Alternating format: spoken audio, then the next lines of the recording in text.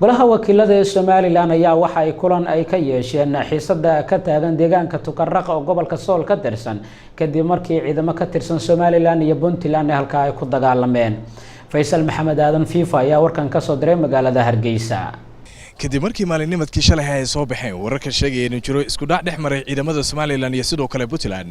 oo ka dhacay deegaanka Tukaraq oo ka tirsan gobolka Sool ayaa waxa arintaasi markii ugu horeysay kulan xidhan ka yeeshay mudanayaasha aqalka golaha wakiilada Somaliland markii kulanku soo dhamaaday waxa warfidyeenada la hadlay Baasha Maxamed Faarax gudoomiyaha aqalka golaha wakiilada Somaliland isaguna ku goodiyay in ciidamada Somaliland aanay dib uga soo noqon doonin deegaanka Tukaraq oo hadda ay ku sugan yihiin إذا مركنا أنا أدرك قادن دورين وسيلة هذا الكيس أو دقيقة ويركزتو أو كجي ماذا بوتلان يسدو كلا سوماليا إذا ماذا بوتلان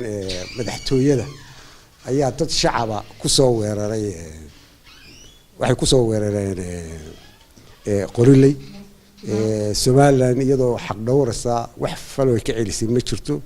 مركز دانتاسيا برير كابا كسوعدا سيد لو وقلا قرن ماذا سوماليا marka waxaan shacabka Soomaaliland u sheegaynaa waxa weeye hadii ay joogsan weydo in loo diyaar garoobo sidii loo difaaci lahaa dalka sidaas aanu xildhibaanada maanta fadhi xiran ugu yeernay inaan la socodsiino hadba xaaladdu meesha ay marayso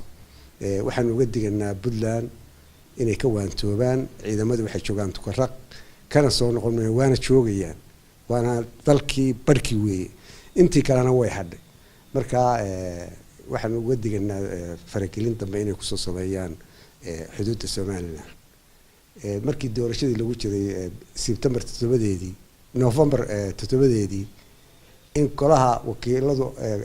Puntland ay fadhiisteen go'aanana ay ka soo saareen inay sortaagaan doorashada inay ka dhicin Sool iyo Sanaag iyo Buuhood taasina waxa weeye waa faragelin kale oo ay wadaan oo bareera oo baarlamaankii dhamaa loo fariisiyay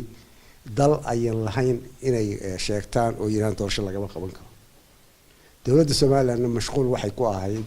in doorashadaas xor oo xalaal ah ay dhacdo doorashadii way dhacday waana ogeeyay inay meelaha badan ay soo weerareen looma jeedin Soomaaliland waqti uma ahayn ay dadka deriska dagaal ay ku abuurto waxaad kale oo weydeen in wasiir federaal ka socda Faysal Maxamed Aadan Faysal FIFA TV caalamiga Somali Cable magaalada Hargeysa.